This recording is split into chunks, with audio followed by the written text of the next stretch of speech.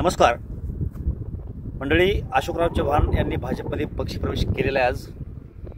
याचे महाराष्ट्राच्या राजकारणावर किती परिणाम पडणार आहेत, ते ज्या विभागाचे नेते आहेत मराठवाडा या ठिकाणी काँग्रेसचा प्रभावी नेता कोण, भाजपचा प्रभावी नेता कोण, काँग्रेसवर याचा किती परिणाम होईल आणि भाजपच्या राजकारणावरती किती परिणाम होईल, एकूण महाराष्ट्रावरती किती परिणाम होईल, आपण ते सुद्धा समजून घ्यायचा प्रयत्न करू. त्यासाठी मुळामध्ये अशोकराव चव्हाण यांची उंची बघणं फार गरजेचं आहे. काँग्रेसमध्ये आसपास 30-35 वर्ष त्यांनी राजकारण केलं. 2010 मध्ये त्यांना राजीनामा द्यावा लागला मुख्यमंत्रीपदाचा. तिथपर्यंत त्यांनी आसपास 20 वर्ष 2 दशकं राजकारण केलं होतं. पदही त्यांनी सांभाळली होती. 2 वेळेस ते मुख्यमंत्रीसुद्धा होते.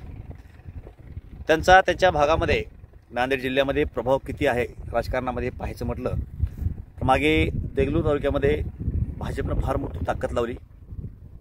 ते काँग्रेसमध्ये होते, यापूर्वी ते काँग्रेसमध्येच होते आणि त्यावेळेला सर्व ताकद लावून जिल्ह्यामधले बहुतांशी नेते महाराष्ट्रातले बऱ्याच लोकांनी त्या ठिकाणी ताकद लावली. परंतु अशोकराव चव्हाण यांनी सर्वांना त्या ठिकाणी मात दिली. म्हणजे अतिशय प्रभावी असा हा नेता आहे. नांदेड जिल्ह्याचा जर आपण विकास पाहिला, जे ज्या जिल्ह्याचे नेते आहेत, तो जिल्हा दक्षिणोत्तर याची लांबी फार आहे. इकडं आपण दक्षिणेकडे गेलो तर तेलंगणा आणि कर्नाटक लागतं. बॉर्डर एरियाचा हा भाग आहे. पलीकडे फार विदर्भ आणि इतका लांब लचक हा जिल्हा आहे. पूर्ण जिल्ह्यावरती यांचा प्रभाव आहे. आता मराठवाड्यामधील काँग्रेसचा प्रभावी नेता कोण पाहायचा म्हटला तर ते हेच होते. कारण विलासराव देशमुख यांच्यानंतर प्रभावी असा नेता मराठवाड्यामध्ये दुसरा कोण नव्हता. ते नेते म्हणजे खुद्द अशोकराव चव्हाण हेच होते. त्यांची राजकीय कारकीर्द जर पाहायची म्हटली तर मागं त्यांचे वडील सुद्धा मुख्यमंत्री होते. मोठ्या प्रमाणावर त्यांनी विकास पण केलेला आहे. आता आज भाजपची काय परिस्थिती आहे मराठवाड्यामध्ये ते पाहायचं म्हटलं तर मराठवाड्यामध्ये भाजपचे प्रभावी नेत्यापैकी पंकजा मुंडे असतील, दानवे असतील, हे लोक आहेत. परंतु त्यांची आज काय कंडिशन आहे पक्षामध्ये हे आपण पाहतोय. त्याचा किती प्रभाव आहे आज ह्या भागामध्ये आपण तेही पाहतोय. आणि त्या अनुषंगानं भाजपला मराठवाड्यामधील एक प्रभावी असा नेता भेटला असं म्हणायला हरकत नाही. त्याच्यामुळं कालपर्यंत पक्षप्रवेश करण्यापूर्वी अशोकराव चव्हाण हेच काँग्रेसचे मराठवाडा विभागातले प्रभावी नेते होते आणि इथून पुढे याच विभागामध्ये भाजपचे ते प्रभावी नेते असणार आहेत.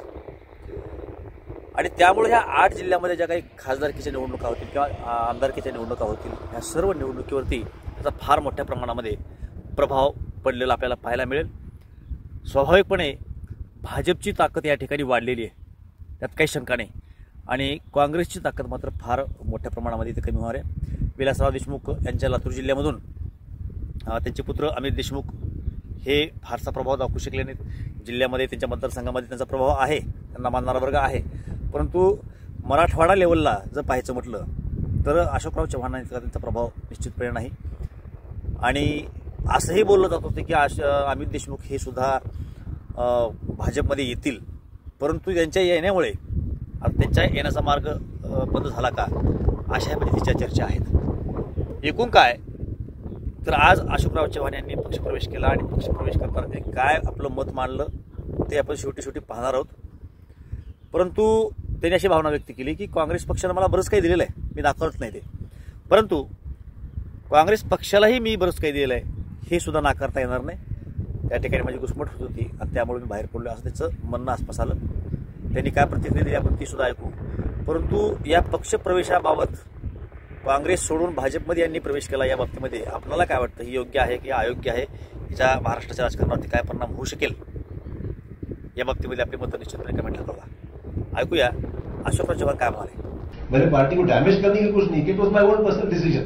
बट मैंने भी पार्टी में मेरा योगदान क्या है मेरी नेशनल पार्टी जानती है. You were not listened by your central leadership. That is what being said. And the state leadership, you were also unhappy with the state leadership. Let's not talk about what has happened. We are switching on to a new system now. So I think it's better we discuss the current system.